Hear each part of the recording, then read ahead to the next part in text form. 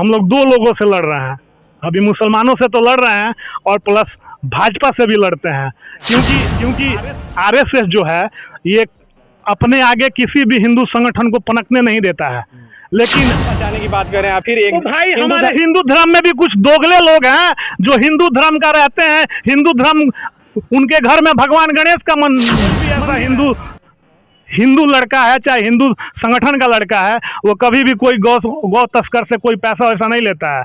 ये आप लोगों का आपका न्यूज़ 44 बिहार में, और मैं हूं फारूक। मैं इस समय गोपालगंज में हूं और मेरे साथ हैं दीपक जी, ये राष्ट्रीय बजरंग दल के विभागाध्यक्ष हैं बिहार प्रदेश के। इनसे बातचीत की जाएगी कि राष्ट्रीय बजरंग दल बनाने की आखिर जरूरत क्यों पड़ी। जब बजरंग दल भारत में काम कर ही रहा है तो राष्ट्रीय बजरंग दल की जरूरत क्यों पड़ी। राष्ट्रीय बजरंग दल के कार्य क्या है, क्या मॉब लिंचिंग, गौ रक्षा या किस प्रकार के काम राष्ट्रीय बजरंग दल भारत में करता है। दीपक भाई, आपका स्वागत है हमारे चैनल में। आपका भी स्वागत है, नमस्कार है। देश में बजरंग दल है ही, बजरंग दल सारा हिंदू रक्षा का काम कर ही रहा है, तो राष्ट्रीय बजरंग दल की भारत में जरूरत क्यों पड़ी।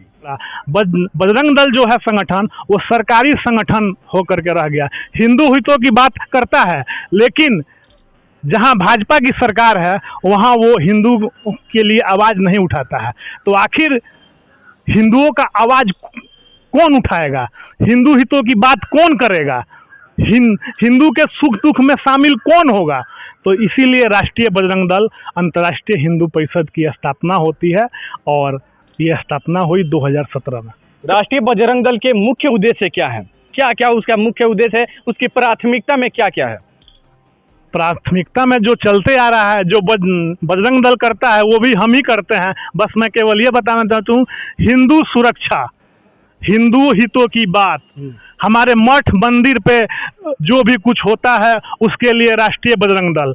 और इसके साथ साथ हम लोग हिंदू हेल्पलाइन, हिंदू सेवा, हमारे संगठन में जो हिंदू हेल्पलाइन है, इंडिया हेल्पलाइन है, इसके माध्यम से हम लोग गरीब जो हमारे समाज के लोग हैं, जो हिंदू हैं, उनके लिए हम लोग देश के बड़े बड़े डॉक्टर, जिसके पास जाना मुश्किल है, जिसके पास बैठना मुश्किल है, उन लोगों को मुफ्त में इलाज करते हैं।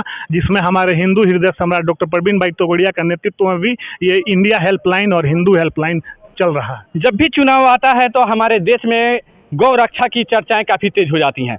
गाय माता भले दूध दे या न दे, खूब वोट देती रहती हैं। ये बताइए कि गौ रक्षा पर, यानी कि गौ माता जिसको कहा जाता है, उस पर राष्ट्रीय बजरंग दल का स्टैंड क्या है।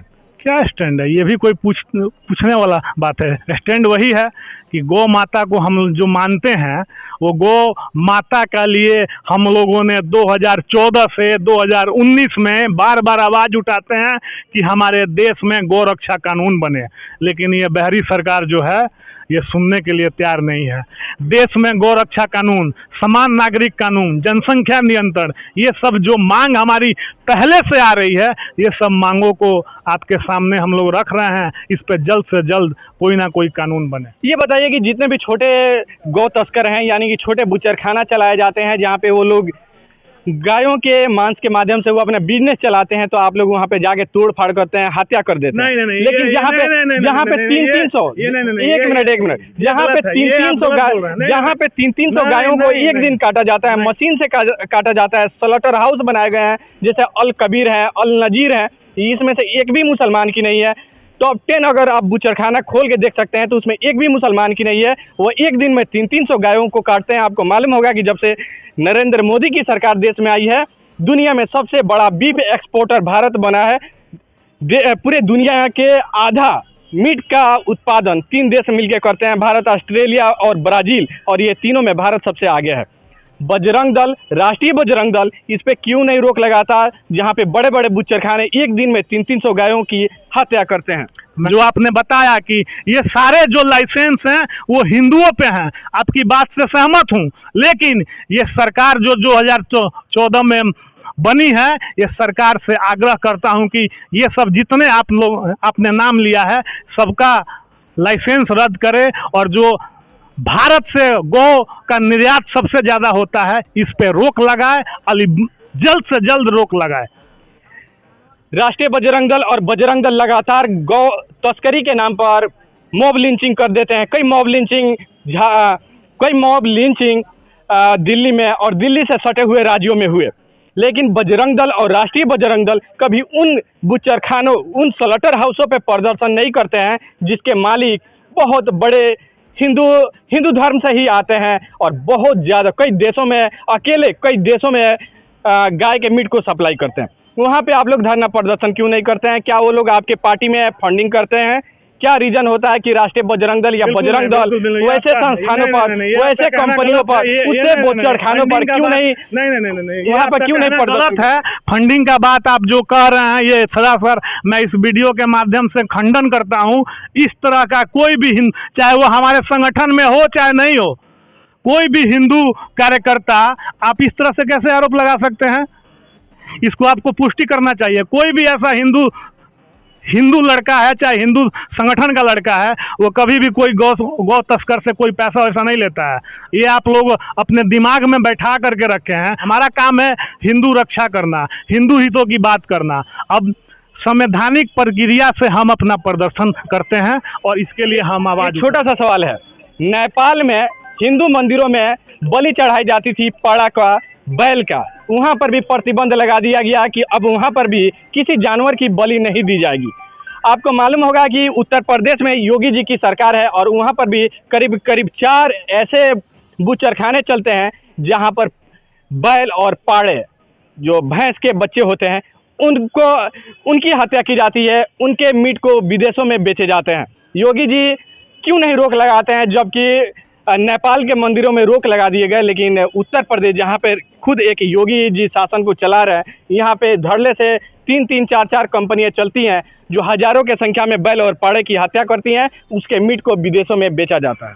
योगी जी के कानों तक ये बातें पहुंची हुई है, ऐसा नहीं है। और देखिएगा आज नहीं तो कल आने वाले समय में वो सारे बुच्चरखाने बंद होंगे और सारे जो लोग हैं वो लोग कहीं ना कहीं या तो अपने आप को छुपाएंगे, ना तो कहीं ये दोस्त छोड़ के भी भागने वाले हैं। तो मोदी, लेकिन प्रवीण तोगड़िया जी एक बार भी, जो ऐसे बड़े बड़े देश के टॉप 10 बुच्चरखाने चल रहे हैं जहां से बीफ, केवल गाय के मांस का निर्यात किया जाता है, वैसे बुच्चरखाने के मालिक हिंदू हैं, उनके खिलाफ एक शब्द नहीं बोलते हैं। वीडियो उठा के देखिए, अगर आपके पास नहीं हो तो मैं भेज देता हूँ। यूट्यूब पे ऐसे लाखों वीडियो हैं, लाखों बातें हैं जो प्रवीण तोगड़िया कहते हैं। अब ये बात है कि ये बातें सरकार तक, क्योंकि अभी हम लोग 2 लोगों से लड़ रहे हैं, अभी मुसलमानों से तो लड़ रहे हैं और प्लस भाजपा से भी लड़ते हैं, क्योंकि आरएसएस जो है ये अपने आगे किसी भी हिंदू संगठन को पनकने नहीं देता है। तो भाई हमारे हिंदू धर्म में भी कुछ दोगले लोग हैं जो हिंदू धर्म का रहते हैं। हिंदू धर्म, उनके घर में भगवान गणेश का मंदिर है, उनके यहाँ राम जी का मूर्ति है, तो वो क्यों नहीं उठा के फेंक देते हैं? लेकिन नहीं, वो रहेंगे, राजनीति स्वीकार करते हैं, हिंदुओं को आपस में बांटते हैं और हिंदू हितों की बात जो करता है उसको जेल पहुंचाते हैं, हमारे रामचरितमानस पे उंगली उठाते हैं। वैसे दोगले हिंदू हैं वो लोग। अब लास्ट में एक सवाल है कि ये बताइए कि प्रवीण तोगड़िया जी 2024 के इलेक्शन में खुद प्रधानमंत्री के चेहरे होंगे या किसी दूसरे की मदद करेंगे? मोदी जी के लिए वोट मांगेंगे? राजनीति में आना रहता तो 2001 में प्रवीण तोगड़िया गुजरात के सीएम बनते, लेकिन इस तरह की कोई महत्वाकांक्षा उनकी नहीं है।